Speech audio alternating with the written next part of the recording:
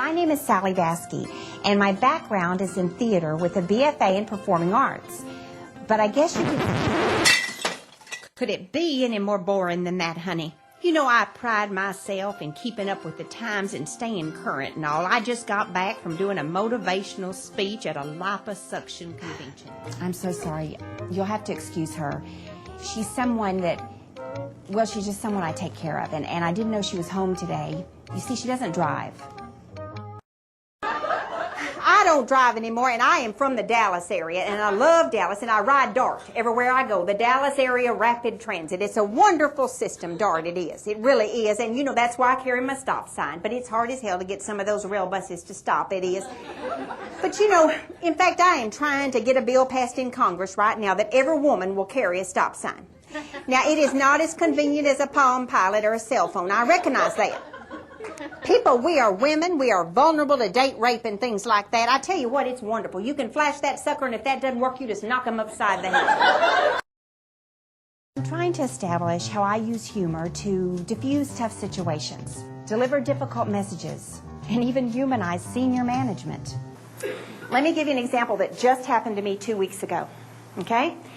I live in Arlington. I have an appointment. I've gone to the parking lot. I cannot find a parking space. I've circled. Finally, I see a man going to his car. So you know how you kind of stalk someone, you know?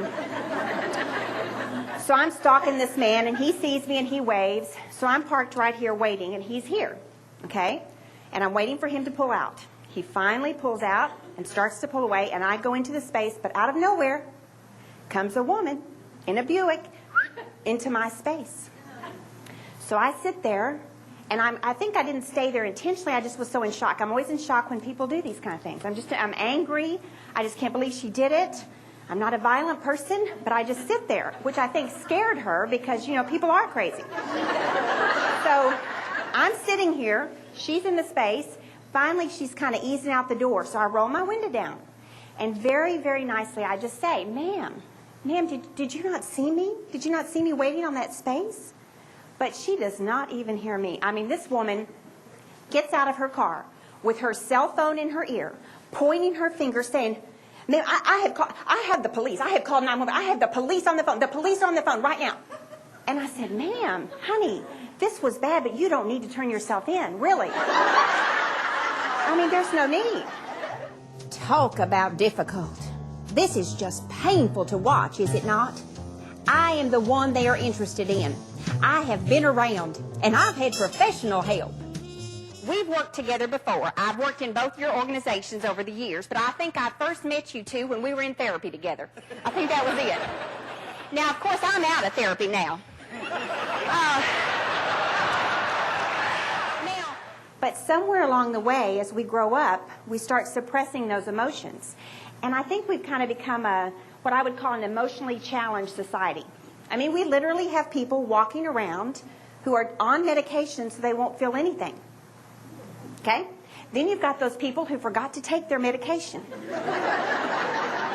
And those people can be really scary, okay? So, you know, I didn't have what I would call a normal childhood. I would come home from first grade, and my mom and I didn't do the Barbie and the milk and cookies. Which, you know, speaking of Barbie, what is up with Barbie? I mean, if Barbie is so popular, why do you have to buy her friends? I've never understood that. Now, wasn't that just too special? But the theme of the day, honey, in corporate America is downsizings and reorgs and takeovers. And I've been there and I've done that. I worked for ARCO for many years. I was a temporary trying to become permanent, but contractually obligated to remain part-time on a full-time basis. I think you can see where Ida Mae is coming from. But I'm a professional facilitator and a motivational speaker who uses humor from real-life experiences to inspire people. I'm racking my brain because at this point I have made reservations at a pretty popular place in Arlington. I had not seen my ex at that point in probably 2 years. And I'm thinking, you know, I'm going to go there, and he'll be there with Miss November. And I have Danny DeVito. This is... And what could be more personal than cellulite? One other thing, because y'all know I do have to run, because I do know y'all need to talk, and Tom is picking me up. I'm doing a little lifeguarding this summer. You probably noticed the tan and all. And it just goes to show you're never too old to do something like lifeguarding. And I will tell you this, cellulite looks a lot better brown, I'll tell you that. Now, and another thing, it floats. It does float.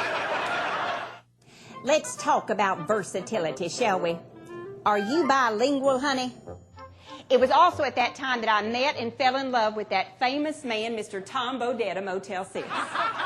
Is it any wonder Tom leaves the light on? I'm here to tell you. You know, we first met when we were working on the magic finger systems at the Best Western Hotel. Practice, practice, practice. That was Tom and I. Yes, it was. We've even gone international with Casa Seis. You know, we've gone bilingual now that we've opened this up in Mexico. We had no idea till we learned Spanish that La Quinta meant next to Denny's. We didn't even know that. We've learned so many things.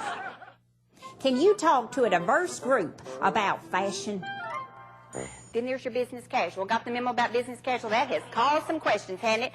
Now, what I think people need to understand is you want to go to your supervisor and ask about the business casual, what that means to them. I can tell you already, though, if you're leaving the house and you're not sure, you probably shouldn't wear it.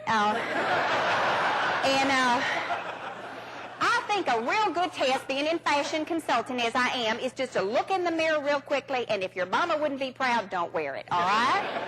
Now, someone has asked if you can wear a thong. Hello. You know, I see it this way. If you're going to wear a thong, cover the sucker up and don't let me know about it, all right?